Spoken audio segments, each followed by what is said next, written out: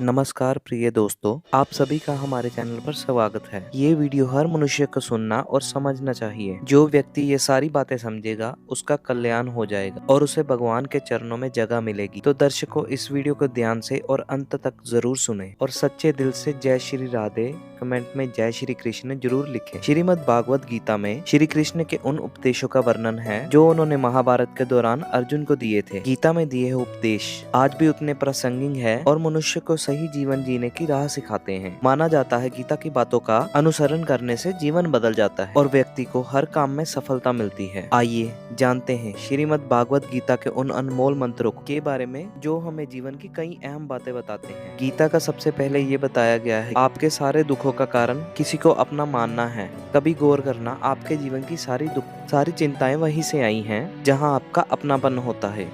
और जब आप ये सोचते हो ये मेरा है, ये मेरा अपना है, वहीं से आपकी जिंदगी में दुख आने शुरू हो जाते हैं। तो दोस्तों, इससे जुड़ी बहुत ही प्यारी मैं आपको कहानी सुनाता हूँ। एक बार एक व्यक्ति के पास बहुत बड़ा महल था। उसने जीवन भर की सारी संपत्ति लगाकर उस महल को बनाया था। आसपास के कई शहर के लोग उसके महल को देखने को आते थे। कई बड़े बड़े सेठ उसके महल को खरीदने की कोशिश करते थे, पर वो महल उसका अहंकार था, उसके जीवन की वजह था। उसे उस महल से बहुत मोह था। एक दिन उसके महल में आग लग गई और वो बाजार गया था। जब वो घर लौट के आया, उसने देखा उसका महल जल रहा है। अपने घर को जलता हुआ देखकर उसे इतना दुख हुआ कि उसने कहा, अगर ये महल नहीं रहेगा तो मैं भी जिंदा नहीं रहूंगा। अगर मेरा महल ही जल रहा है तो मैं जीकर क्या करूंगा। और वो भी आग में कूदने की कोशिश करने लगा। तो अचानक से किसी ने उसे रोक लिया और कहा, भाई, ये जो तुम्हारा महल है, ये महल तो तुम्हारे बेटे ने कल किसी को बेच दिया है। जब उसे पता चला कि ये महल जो मेरे लिए आज तक सब कुछ था, अब ये मेरा नहीं रहा, किसी और का हो चुका है, उसकी सारी चिंता खत्म हो गई। और जैसे सब लोग उस जलते हुए महल को देखकर तमाशा देख रहे थे, वह भी उस भीड़ में खड़ा हो गया। लेकिन तभी उसका बेटा वहां आया। वह अपने बेटे को देखकर बहुत खुश हुआ और उसे आशीर्वाद देने लगा, तेरे जैसा बेटा तो बहुत मुश्किल से मिलता है। तूने तो मेरी जिंदगी बचा ली।